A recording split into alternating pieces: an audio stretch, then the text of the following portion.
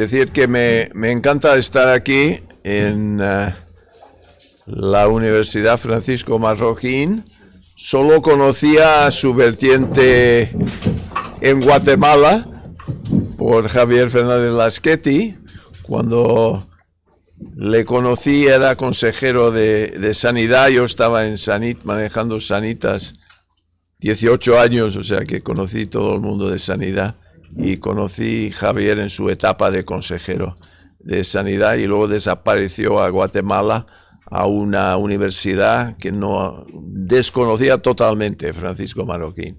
Y ahora veo que aquí en Arturo Soria está implantado esta universidad liberal. Yo soy un liberal en temas económicos, en sentido europeo, y soy liberal en temas sociales en sentido norteamericano. Yo nací en Boston y tengo esa doble vertiente, y entonces mi libro, bueno, es un libro de alguien educado en Estados Unidos. Llevo 43 años en España y soy norteamericano por parte de mi padre y español por parte de mi madre. Y bueno, hay una persona similar a mí y amigo, Tom Burns, también, que tiene Tom Burns Marañón, que nuestros abuelos eran amigos, nuestras madres eran amigas y nosotros somos amigos, y que tenemos esa doble vertiente y te da una perspectiva quizás un poco distinta al país y a la economía y a los negocios en España. Pero esto para mí es el primer libro de un empresario, o sea que no soy ni periodista ni académico, y hay muchos libros saliendo de la democracia menguante, de España en el laberinto, pero entonces esto es un encargo de la esfera de los libros. Yo dije que sí, encantado, y luego empezó como España a la deriva, y luego cuando terminamos el libro y vi todos los títulos de los capítulos, pues decidimos poner España fallida un poco más fuerte y un poco más comercial para salir de toda la lista de libros que están saliendo ahora mismo. Entonces, cuando me encargan el libro y dicen, bueno, la perspectiva de alguien que conoce el mundo de los empresarios, que ha sido presidente del Círculo de Empresarios, nos interesa un libro sobre cómo ves España, la economía en España. Y entonces yo hice pues un pequeño esbozo de los capítulos, empezando, que me interesa mucho, con la escuela de Salamanca, ¿no? Lo que descubrieron los austriacos luego, la escuela de Salamanca en el principios del siglo XVII y todo. Y hice de ahí hasta hoy. Y luego la editorial me dijo, sí, muy interesante, pero puedes empezar el libro con la crisis de 2008. Y entonces este libro empieza con la crisis de 2008, o bueno, finales de 2007 en Estados Unidos. Y la verdad es que el IBEX en España tocó su techo en noviembre del 2007, llegó casi a 16.000, y hoy, si lo miras, está en a lo mejor 9.150 por ahí. Y eso te da una idea real de por lo menos dónde están las grandes empresas españolas y cómo un inversor en el IBEX durante todos estos años, y estamos hablando de 15 años, habrá perdido casi la mitad de su inversión. Mientras que en Estados Unidos, si miras el Dow Jones, efectivamente con la crisis bajó a mitad de su valor, pero ha triplicado en este periodo de 15 años. Entonces yo creo que eso define un poco lo que ha pasado en España. Yo llegué en el año 80, el mismo año llegué a Barcelona, el mismo año que Jordi Pujol empezó sus 23 años de pujolismo en Barcelona. Y yo soy testigo del inicio de la doctrinación en catalán de todos los estudiantes en Barcelona con Pujol. He estado un par de veces con Pujol, como mi amigo y profesor Enrique Ucelaida Cal dice, no parecía un líder, un hombre bajito, calvo, que no hablaba muy bien en público, pero en fin, tenía las ideas muy claras y una memoria prodigiosa, ¿no? Y ahí es donde empiezo, y luego vengo a Madrid, porque claro, me caso con una catalana que dice, y yo estaba con el grupo PepsiCo, me dicen, su próximo, eso es como los diplomáticos, los expatriados de las multinacionales, entonces estás 5 años en un sitio y luego me dijeron, tu próximo sitio va a ser Australia, y mi mujer me dijo, uy, eso es muy lejos de mi madre.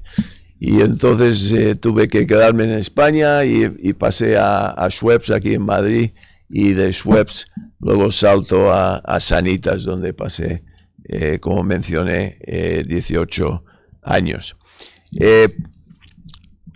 Para daros una idea de la tesis de este libro, es que España, cuando yo llego de Venezuela en el año 80, pero España desde el 78, durante 30 años hasta 2008, yo creo que ha sido modélico, o sea, ha sido el país en Europa occidental donde más se ha cambiado. Para yo, hijo de una exiliada republicana, volver a la España post-franquista y ver el crecimiento y ver todo, la entrada en la OTAN, la entrada en la Unión Europea, verlo, el AVE a Sevilla y todo, los nuevos aeropuertos, autopistas, en fin, el cambio que claro, lo de la alpargata hasta el BMW, ¿no? Ese cambio yo creo que fue tremendo. Y fue ilusionante, pero ¿qué pasó? Desde la crisis de 2008 aquí, y eso claro es por el título España fallida, España ha fallido en casi todo. Primero, la crisis tremenda inmobiliaria que todos hemos vivido, y luego la corrupción. Hay una encuesta especial del Eurobarómetro en el 2019 sobre cuál es el crimen más común en tu país, y la respuesta en España, 88% de la gente pone corrupción, muy presente o bastante presente, 88%.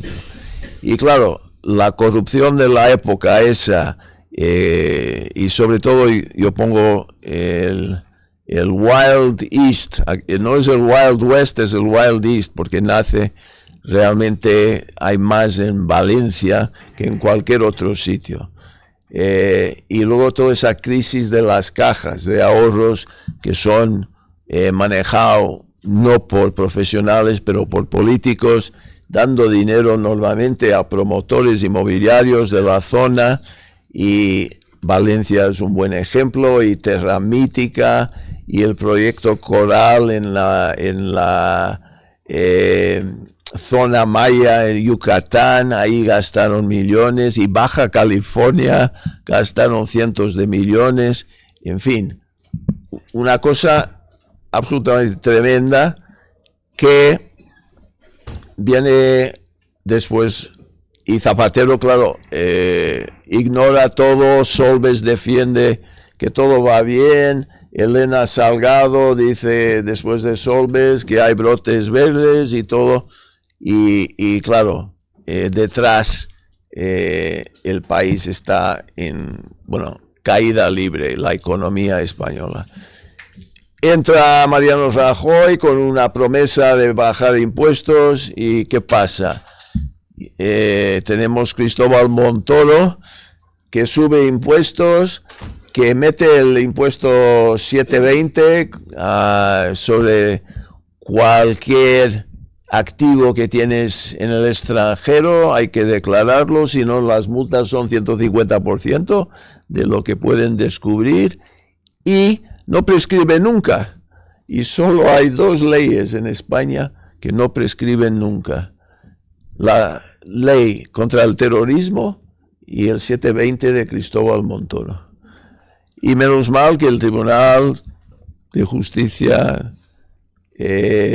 Europeo deroga la de Cristóbal Montoro, o sea que existe todavía, pero las multas y la prescripción ya no son iguales.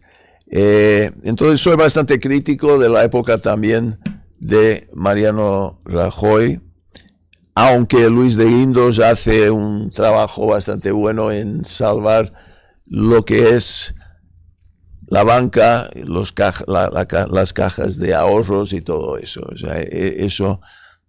Pero claro, lo pintan, el rescate lo pintan como un préstamo de hasta 100.000 millones, a interés 1,5, ¿no? Cuando realmente no fue un préstamo, fue el rescate de España. Y luego entra quizás el peor gobierno de los tres, que es la de Pedro Sánchez.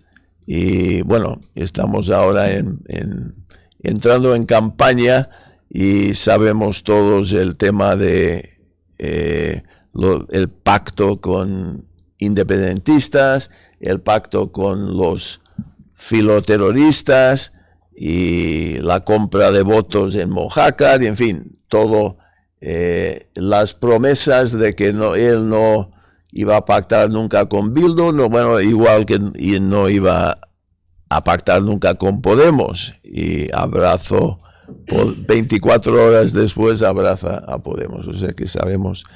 Y el tema de la economía, que somos el último país de los 27 países de Europa en recuperar el nivel prepandemia del PIB, o sea, el último país, porque claro, España fue el país que más cayó de toda Europa con el tema del COVID, porque dependemos de turismo y el turismo, bueno, se cerró el grifo totalmente durante los años del COVID, ¿no? Y eso es un poco el tema, aunque lo pintan bien, sacan unas cifras de empleo que están un poco maquillados porque hay el fijo discontinuo que no cuentan como parado, pero España en este momento tiene 12,7% de paro, el doble del promedio de la Unión Europea, y tiene más del 24% en paro juvenil, el más alto de Europa. O sea, la economía española no va bien, aunque hay empresas multinacionales españolas que sí que van bien, porque tienen buenos negocios en Estados Unidos, Reino Unido, Australia, sobre todo infraestructuras, constructoras. Y hago aquí una comparación, por ejemplo, entre España y los Países Bajos, ¿no? Holanda. Y por qué Ferrovial se traslada de España a los Países Bajos. Primero, la deuda aquí es un 112% de PIB y en Holanda es el 53% del PIB.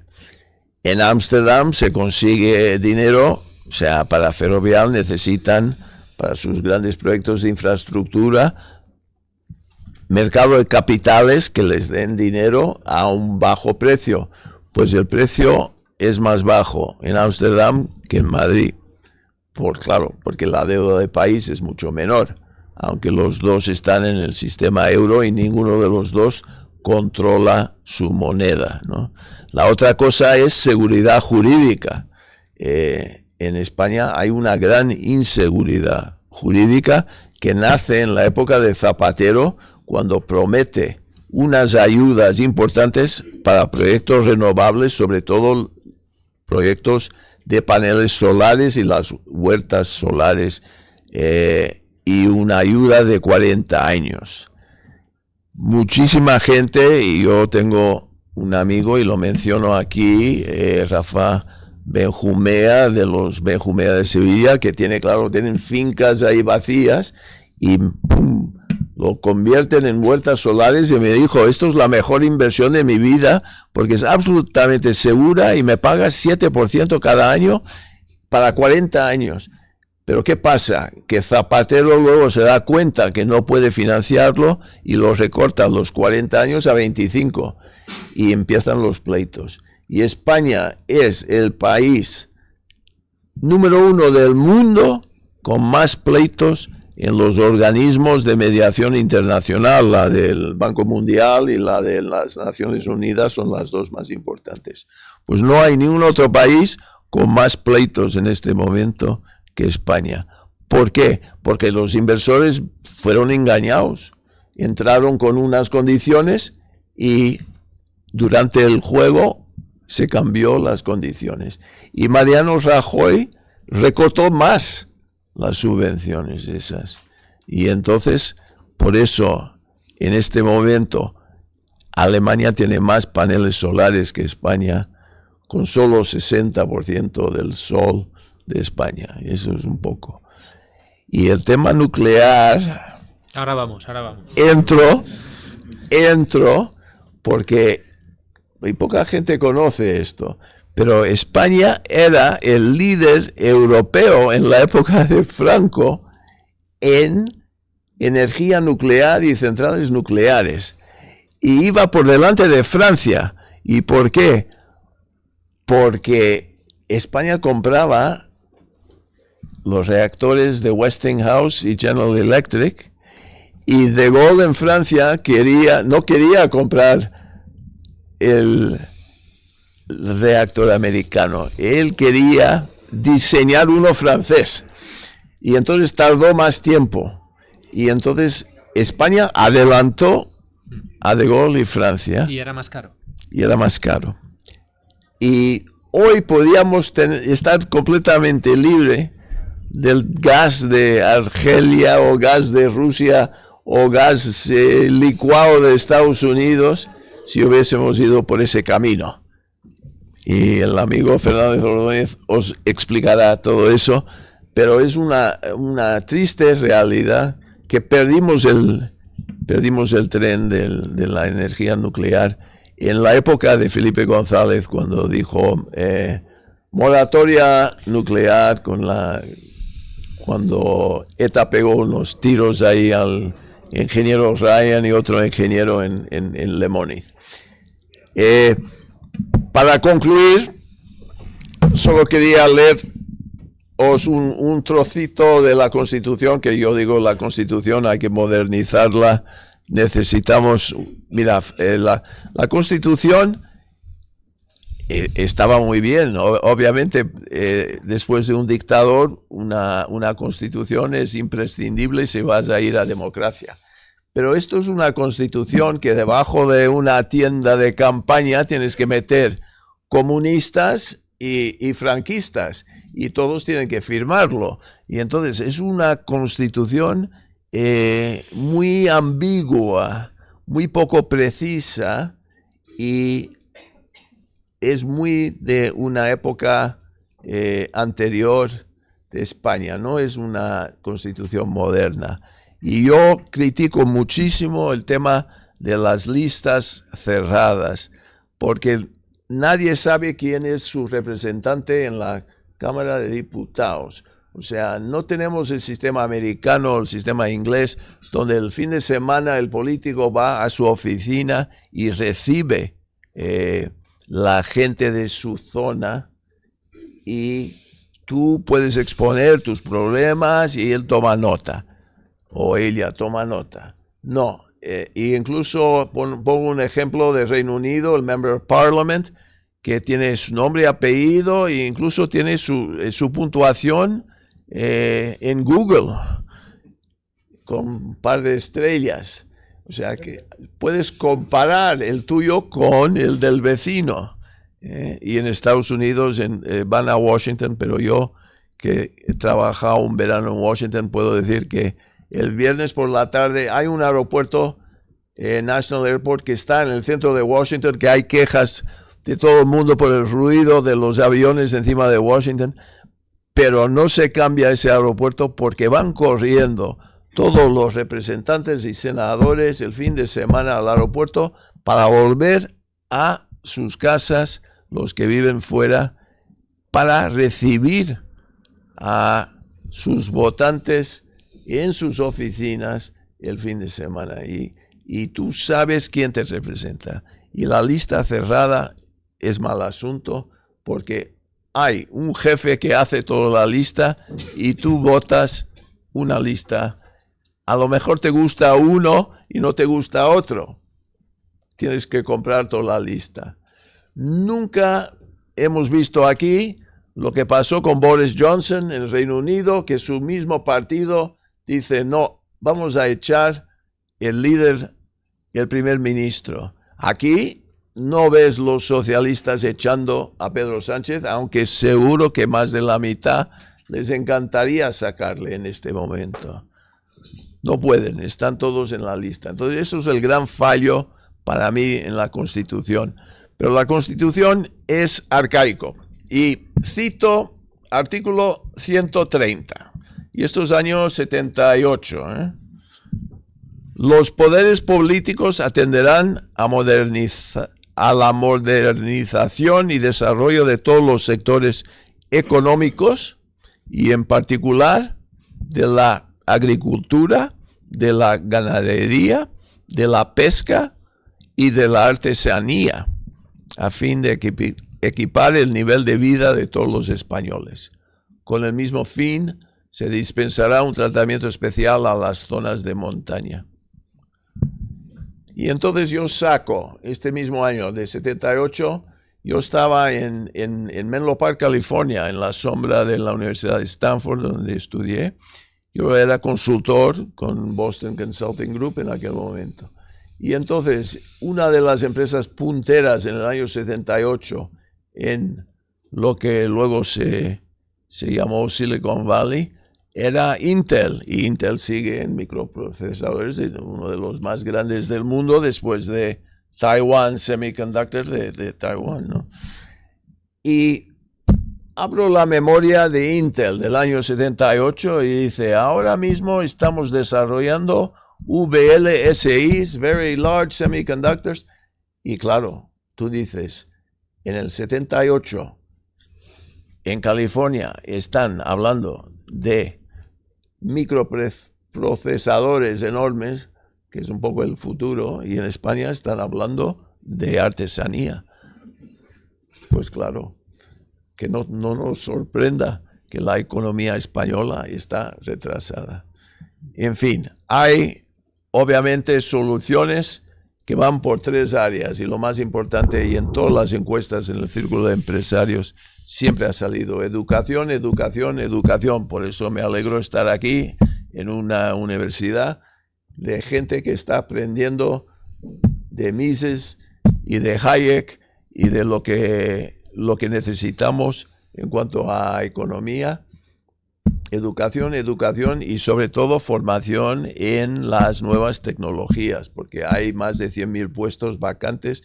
Hay empresarios que me dicen, me gustaría encontrar gente para los puestos que tengo vacantes en un país donde hay 12,7% de paro. Imagínate más de 100.000 puestos, pero que no hay gente que sabe de programación, de blockchain, que no hay gente que sabe de computación cuántica, no hay gente aquí. Y los que hay, porque lo puse en Twitter, y me contesta uno y dice, he estado en Barcelona y ahora estoy en Dublín como programador porque me pagan 4 veces lo que me pagaban en Barcelona. No 2 veces, no 3 veces, 4 veces lo que me pagan en Barcelona. O sea que estamos perdiendo muchísimo talento bueno a otros países, precisamente porque no estamos pagando bien y no estamos formando bien a la gente. Y la segunda cosa que hay que reformar, y el Círculo de Empresarios lleva 20 años escribiendo grandes estudios y nadie presta atención. O sea, tenemos una sociedad civil totalmente adormecida, totalmente aletargada, y esto es otra de mis quejas. Y por esto este libro es un grito, por eso pongo España fallida, porque si no nadie presta atención. Otro estudio, democracia menguante, eso lo puedes ver por todas partes. No, hay que gritar. Esto es un grito como Zola y el Dreyfus en 1898. Esto es yo acuso, porque si no vamos a estar aquí adormecidos otro medio siglo. Y la segunda reforma es laboral, y yo cito el tema de Ensanitas, donde yo estaba pagando a 3 personas y un despacho en la oficina para ellos, que estaban liberados, sindicalistas liberados, y yo como empresario tengo que pagarles su salario, tengo que darles una oficina y además no los puedo echar. Inconcebible para mí, llegando de Estados Unidos. O sea, es que no lo concibo esto. Me parece muy bien que haya sindicatos, me parece muy bien que vivan de las cuotas de los sindicalistas, pero que el gobierno esté financiando los sindicatos, me parece una aberración. Que el empresario tenga que financiar sindicalistas en su empresa y que no los puede echar, parece un disparate. En fin. Reforma laboral, despido que han bajado de 45 a 33 días, pero bueno, yo vengo de un país de despido libre.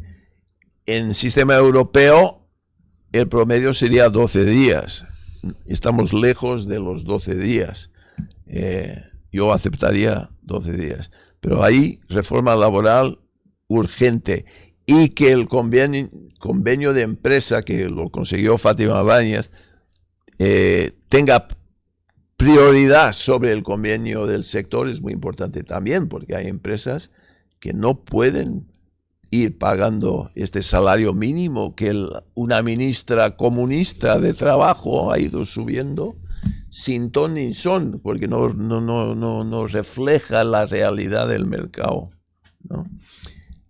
Y entonces, reforma de educación, reforma laboral y reforma del plan de pensiones, porque eso sí que es un pozo sin fondo, ¿eh? Pronto vamos a ver que casi todo el presupuesto nacional se dedica a pensiones. Es tremendo y no hay incentivos, o sea, están reduciendo los incentivos para las pensiones privadas, ¿no? Que podías deducir 8.000 y ahora ha bajado a 1.500. Las empresas, solo unas pocas grandes, tienen planes de pensiones. O sea, no, la gente cree que la pensión, aquí lo venden como que tú vas a vivir de una pensión del papá Estado y tienes que dar las gracias al Estado por tu pensión, cuando en Estados Unidos te dicen la pensión es un ahorro que el Estado va a manejar, pero es tu dinero que tú vas a dar y el Estado lo va a manejar, y cuando cumples 65 años te vamos a devolver tu dinero y tú puedes seguir trabajando o tú puedes ir a la jubilación completa. Yo no pregunto nada, yo te devuelvo tu dinero con lo que yo he ganado en intereses sobre tu inversión. Aquí, jubilación activa te dan 50% de tu jubilación. Y eso ya fue una reforma de Fátima Báñez. O sea, hasta entonces, hasta aquel momento no te daban nada si seguías trabajando. Cuando justamente necesitamos más gente mayor trabajando para ayudar a la economía. En fin, entonces, reforma de pensiones. Con esas 3 reformas grandes, yo creo que podríamos empezar a hablar de una España ya no fallida. Fallida en el sentido, y pongo en mi epílogo, en el sentido europeo, porque claro, yo no estoy hablando aquí de Chad, ni de Burkina Faso, ni de Somalia. No estamos obviamente fallidos en ese sentido, pero sí que estamos fallidos en el tema de seguridad jurídica, impuestos ahora sobre las energéticas, impuestos sobre la banca, impuestos sobre los ricos, o sea, inseguridad jurídica, todo lo que hablé de los huertos solares, y luego corrupción. La corrupción sigue en España y claro, la compra de votos en Mojácar sale el otro día, pero Tito Berni y todo eso, estamos todavía con el crimen más común en este país, todavía es la corrupción. Y eso asemeja muchísimo a los países fallidos, o sea, los que no tienen futuro. Bueno, el libro se puede comprar en todos los sitios. Gracias a la esfera de los libros, la distribución es magnífica, eso sí que puedo decir. Aunque en Twitter una me escribió, decía que en Cáceres, en las 3 librerías que fue, no encontró mi libro. Pero aparte en Madrid está en todas, y obviamente en Amazon, Fnac, Corte Inglés no hay ningún problema de stock. Gracias y me alegro mucho ver